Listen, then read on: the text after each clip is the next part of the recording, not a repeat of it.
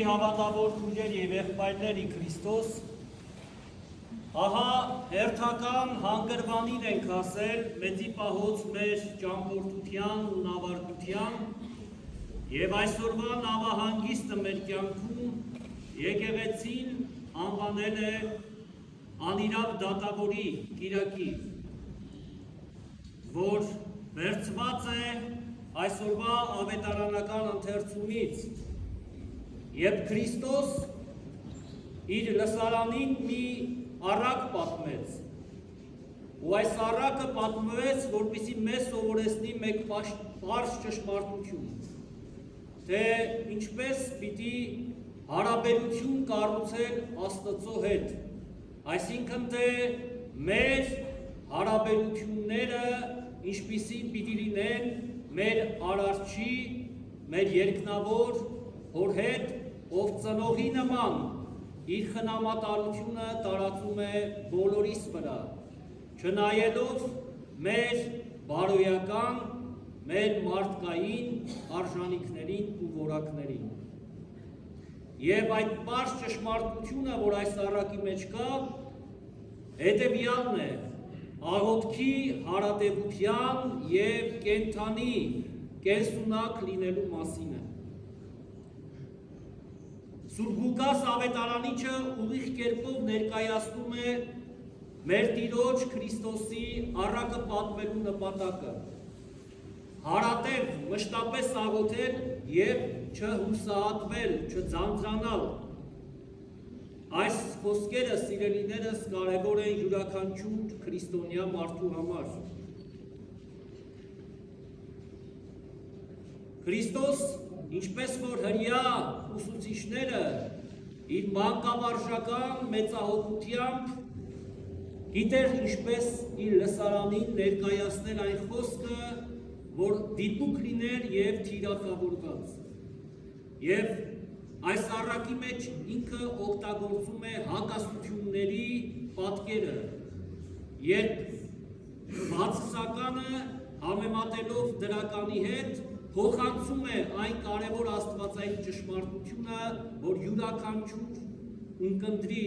յուրաքանչյուր մարդու պետք էր և օգտակար։ Երկու անձինք են առակի մեջ ներկայանում, դատավոր, որ պետական պաշտոնյա էր, ենթադրելի է, ինչպես եկեղեցու հայրերն են ասում, ոչ հրեական իշխանության ներկայացուցիչ, այլ նշանակված հռոմեացիների կողմից, որովհետև բնութագիրը, որ տալիս է ավետարանում առակի մեջ Քրիստոս, դիպուկ է այդ ժամանակվա և ընդհանրապես զուգահեռ տանելով այսօրվա կյանքին այն պաշտոնյաներին, ովքեր չարաշահում են իրենց իշխանությունը։ Դատավոր, որը ոչ Աստծուց էր վախենում, այսինքն բարոյական որևէ արժե համակարգ չուներ, իր համար սահմաններ կարմիր գծեր չկային և մարդկանցից չէր ամաչում։ Ասել է, թե իր համար միևնույն էր հասարակական կարծիքը, վերաբերմունքը և վստահաբար չէր էլ վախենում որևէ կերպ խախտելու օրենքը կամ կաշառակերության, անիրավության մեջ լինելով։ Եվ երկրորդ կարևոր կերպարը, որ Քրիստոս ներկայացնում է առակի մեջ, այրիկինն էր։ Այրիները հին աշխարհի մեջ ամենաանտեսված, ամենաանպաշտպան, ամենաանօգնական խավն էին, որ չունեին որևէ պաշտպան իրենց կյանքի մեջ։ Եվ հույսը դրած էր մարդկանց բարության և օրենքի գերակայության վրա։ Եվ հանկարծ այս երկու կերպարները հանդիպում են իրար մի կարևոր կյանքի խաչմերուկի վրա։ Այրին մշտապես այցելելով, խնդրելով, պաղատելով, աղաչելով անիրավ դատավորին ուզում էր, որ իր դատը տեսնի իր թշնամու հետ։ Բայց անիրավը, ինչպես որ ընդունված է նաև, ուշք չէր դարձնում այլ խնդրանքներին։ Սակայն այրի կնոջ համառությունը ստիպեց դատավորին տեղի տալ, նահանջել, ընկրկել այդ խնդրանքի առաջ, ոչ թե որ գութ ողորմություն, մարդասիրություն սրտում առաջացավ, այլ որպեսզի այրին այլևս չձանձրացնի իրեն, որովհետև չէր կարողանում փոխվել նրանից։ Այրին որևէ բան չուներ իր կյանքում, բայց ուներ մի կարևոր զենք, համառությունը, նպատակին հասնելու հաստատակամությունը։ Տեր Հիսուս Աստծուն չի համեմատում անիրավ դատավորի հետ, երբ որ ասում է, լսեք, թե ինչ արեց անիրավը, այրու դատը տեսավ, պատկերացրեք ինչքան պիտի Աստված էր, որ սեր է ամբողջությամբ իր զավակների խնդրանքը չլսի, որոնք օր ու գիշեր ձայն են բարձրացնում առ Աստված։ Ցույց է տալիս տարբերությունը։ Եթե անիրավ մարդը, որ կարող է ականջալուր լինել և տեղի տալ, ապա Աստված մեր խնդրանքները ինչքան պիտի լսի։ Միթե պիտի անտեսի որևէ մեկի խնդրանքը։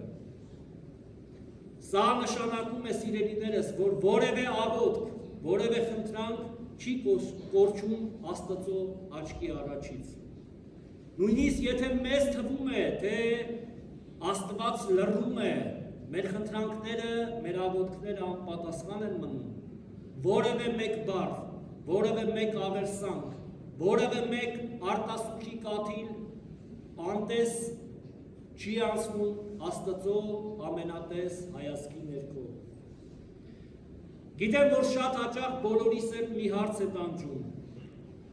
Ինչու մենք աղոթում ենք, բայց պատասխանը միանգամից չենք ստանում, որովհետև մեր սիրտը, մեր հոգին ուզում է, որ միանգամից պատասխանի Աստված մեր խնդրանքներին։ Եթե մենք երկար ժամանակ աղոթքի մեջ ենք, դա մեզ օգտակար է, ինչպես ասում են եկեղեցու հայրերը։ Մարդու սիրտը դրանից մաքրվում է, հավատը մեր էլ ավելի է ամրանում, հոգին սովորում է համբերատարության։ Ավետարանական այս առակի սկզբում մի շատ կարևոր բառ կա, որ առաքյալը Ղուկաս ավետարանիչը ավելացնում է ասելով առակի պատմելու նպատակը։ Աղոթել և չհուսահատվել։ Հուսահատությունը, սիրելիներս, ամենավտանգավոր թշնամին է մարդու հոգևոր կյանքի։ Երբ մարդ հուսահատում է, նա սկսում է մտածել ոչ քրիստոնյա վայել։ Ուրեմն Աստված ինձ չի լսում, եթե չի պատասխանում իմ խնդրանքներին։ Իմ աղոթքը աղոթուտ է և անպտուղ։ Ոչինչ միևնույն է իմ կյանքում չի փոխվելու և ոչ մի բան չի փոխվելու նաև իմ շրջապատում։ Եվ այդ ժամ մարդը հաճախ դադարում է աղոթել և ապավինել Աստծուն։ Բայց հենց սա է ուզում մարդկային հոգու թշնամին, սիրելիներս, սատանան, որպեսզի մարդը դադարի հաղորդակցվել, շփվել, անմիջական կապ ունենալ իր երկնավոր հոր հետ, Աստծո հետ։ Առակը ավարտվում է մի շատ կարևոր, լուրջ ու խորը հարցով, որ Քրիստոս բարձրացնում է ու տալիս է բոլորիս։ Արդյոք երբ մյուս անգամ գամ, կգտնեմ հավատ երկրի վրա։ Այս հարցը ուղղակի մտածելու մեծ առիթ է տալիս։ Քրիստոս խոսում է վերջին ժամանակների հավատի ճգնաժամի մասին, որ մեր աչքի առաջ շատ հաճախ տեսնում ենք։ Այո, մեր կյանքում հավատի ճգնաժամի մեջ ենք։ Իսկ ճգնաժամը արտահայտվում է հավատի պակասով, միմյանց հանդեպ սիրո բացակայությամբ, ներողամտության ու հանդուրժողականության իսպառ պակասով։ Այս հարցը, սիրելիներս, ուղղված է յուրաքանչյուրիս, որովհետև ինչպես Սուրբ Հովհան Ոսկեբերան հայրապետն է ասում, աղոթքը դա հավատի շնչառությունն է, երբ աղոթքի պակաս է լինում, մարդը այլևս դադարում է հոգևորապես շնչել և ապրել։ Եվ դրա համար մեր Տերը ասում է, արդյոք այն ջերմեռանդ աղոթքը, որ կյանք է տալիս, առաջնորդում է, ձեզ կենսունակ է պահում հոգևոր փորձառության մեջ պիտի բազմապատկվի, որ նաև հավատի մեծությունը երևա։ Երբ մարդ դադարում է աղոթել, հավատքը կամաց մարում է։ Բայց եթե աղոթում ենք, այն կյանք է տալիս ու կենդանի է։ Առակը ամփոփելով մեզ 3 կարևոր բան է սովորեցնում։ Աղոթել միշտ ոչ միայն դժվարության, նեղության, հալածանքի պահին, այլ նաև հարատև հարաբանելով յուրաքանչյուր օրվա, յուրաքանչյուր վայրկյանի համար Աստծուն։ Երկրորդ կարևոր ուղերձը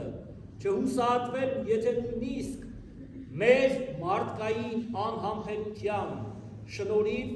մենք ուզում ենք միանգամից ակնթարթային պատասխան ստանալ Աստծուց։